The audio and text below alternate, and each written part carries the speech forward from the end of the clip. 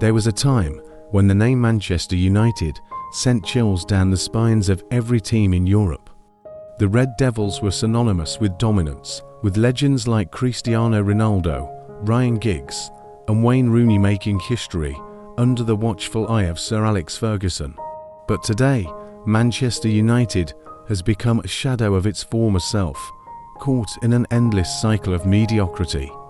From inconsistent performances to poor management decisions, their downfall has been nothing short of a spectacle. So, just how bad are Manchester United? Let's find out. Manchester United was once the gold standard in football. Under Sir Alex Ferguson, they won 13 Premier League titles and 2 Champions League trophies, dominating English and European football. Opponents feared them, fans adored them, but since Ferguson's retirement in 2013, the club has failed to find its footing. The revolving door of managers, David Moyes, Louis van Gaal, Jose Mourinho, Ole Gunnar Solskjaer, and Erik ten Hag, only highlights the club's struggles. Each one came with promises of a rebuild or a project, but none managed to bring back the glory days. When Erik ten Hag arrived from Ajax, fans were hopeful. He had led Ajax to domestic dominance and impressed on the European stage. His reputation as a tactician united fans' hope that he could be the one to steer the sinking ship. Initially, there were glimpses of promise.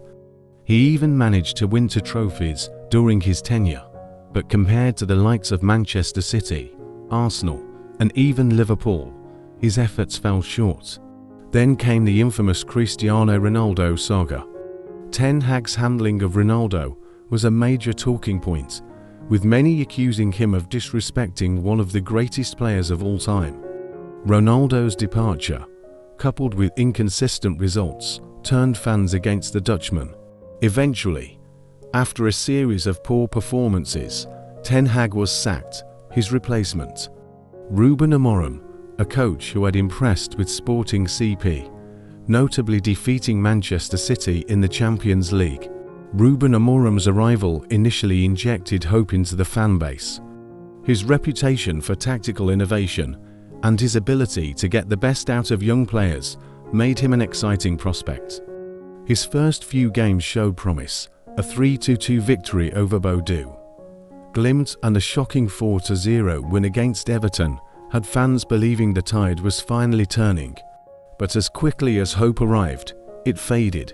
Losses to Arsenal, Tottenham, and Bournemouth exposed United's underlying issues. Despite a morale-boosting draw against Liverpool and a penalty shootout win over Arsenal in the FA Cup, United's inconsistency remained their Achilles heel.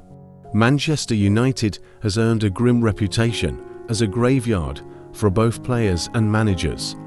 Once promising stars like Angel Di Maria and Paul Pogba never reached their potential at the club.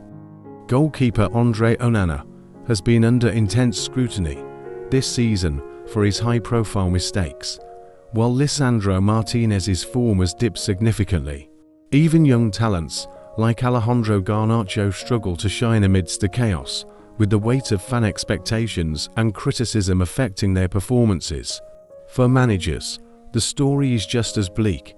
Ruben Amorim, once full of enthusiasm, now appears visibly drained during press conferences. Fans have even joked that the stress of managing Manchester United could make him go bald, a reference to previous managers who left the club worse for wear. United's problems go beyond the pitch. Reports of a leaking roof in the dressing room symbolise the decay within the club's infrastructure. On the field, their defence has been equally leaky, conceding goals from set pieces and counterattacks with alarming regularity.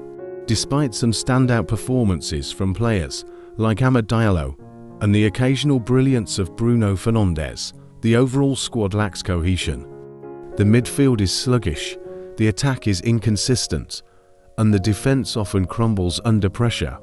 A significant portion of the blame lies with the club's owners, the Glazer family. Their focus on commercial success over footballing excellence has left United lagging behind their rivals. While clubs like Manchester City and Arsenal have clear strategies and ambitious projects, United seem to stumble from one crisis to the next. Fans have voiced their frustrations for years, with protests against the Glazers becoming a regular occurrence. The owner's unwillingness to invest in modernising Old Trafford or establishing a clear footballing identity has left the club in limbo. Even in their darkest times, Manchester United manages to provide glimpses of their old selves. Beating Manchester City, even when City was in poor form, reminded fans of the club's potential. The question is, why can't they perform like this consistently? The answer might lie in the mentality of the players. There seems to be a lack of accountability and a willingness to fight for the badge. Some fans argue that modern players at United are more interested in social media endorsements than trophies. Ruben Amorim has shown flashes of brilliance, but the road ahead is daunting. United currently sit 14th in the Premier League, dangerously close to the relegation zone. The club's reliance on short-term fixes and high-profile signings has done little to address their deeper issues. For Manchester United to rise again, they need a complete overhaul, from the ownership to the squad mentality. Amorim's emphasis on fitness and discipline might eventually pay off, but only if the players buy into his vision. So, just how bad are Manchester United? The answer lies in their recent performances, their managerial merry-go-round, and their lack of direction. The Red Devils have fallen far from their perch as England's most feared team. But as history has shown, football is a game of cycles. If the right changes are made, Manchester United might one day return to their former glory. Until then, the club remains a cautionary tale of what happens when success breeds complacency.